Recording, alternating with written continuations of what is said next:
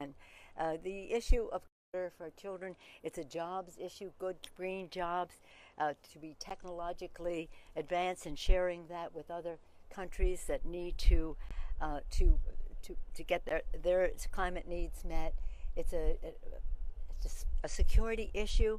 Our national security experts tell us with all of the things that you know, the rising sea levels, the drying up of rivers, the encroachment of deserts, the thermal warming of the planet, all of these things could cause migration and competition for resources as well as habitat, and therefore it's a security issue.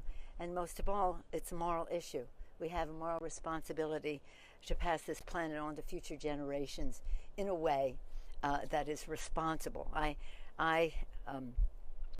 and my dear friend Sally, the Reverend Sally Bingham, we believe, well, I don't speak for her, but I believe this is God's creation, and we have a moral responsibility to be good stewards of it. But even if you don't share that, we all share the responsibility to our children, grandchildren, and future generations. In this legislation that is pending, that we are still finalizing, the climate piece of it, it's three buckets. It's important for you to know that three buckets, they're all about jobs and they're all about children and the future. Climate. The climate bucket is very, very important, and whatever, shall we say, modifications we make, we have to have in there the ability for us to reach our goals and curbing pollution and the rest in preparation for COP26.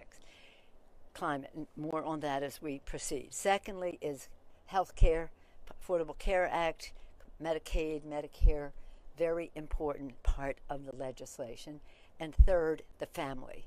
And again, health care is about jobs, climate is about jobs, and the third is the family piece of it. And the family piece of it is how we build back better in every respect. Build back better with women in the workforce, workplace training, all the rest of that. And it's about child care. It's about child tax credit for families. It's about home health care, so important. It's about family and medical leave.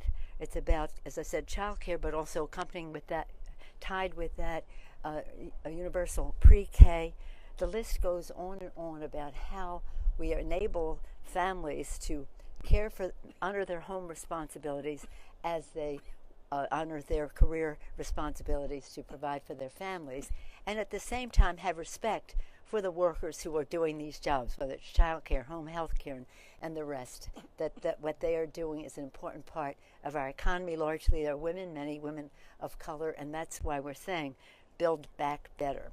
When we do this, all of this, it's with everybody at the table. Our friends in labor who are Rudy, and thank you, Olga, for being here. It's about having the enviros at the table. So thank you all for being here as well. It's about having business. It's about having farmers. It's about having Native Americans. It's about having everybody at the table. And I only named a few. It's a big table, so that when we have a solution, it is a solution, not a declaration that is alienating, but a solution that is unifying. So again, what we're here today about is specifically about the climate piece. This is our moment. We don't have any more time to wait. And when I was speaker the first time, the climate was my flagship issue. That was when President Bush was president, and later we would have President Obama and do health, etc.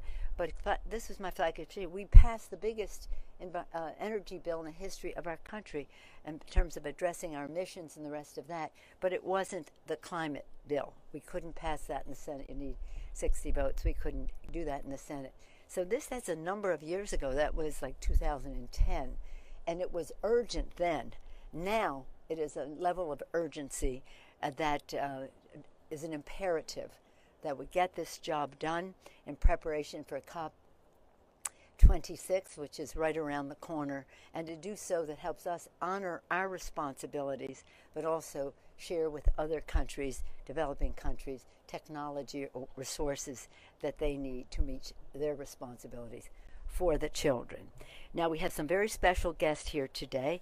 Our distinguished senator from California, Alex Padilla, so active on so many fronts, including this one, in committee, on the floor, in legislation, whether it's about electricity, whether it's about school buses and clean energy. For that, the list goes on. He'll talk about that.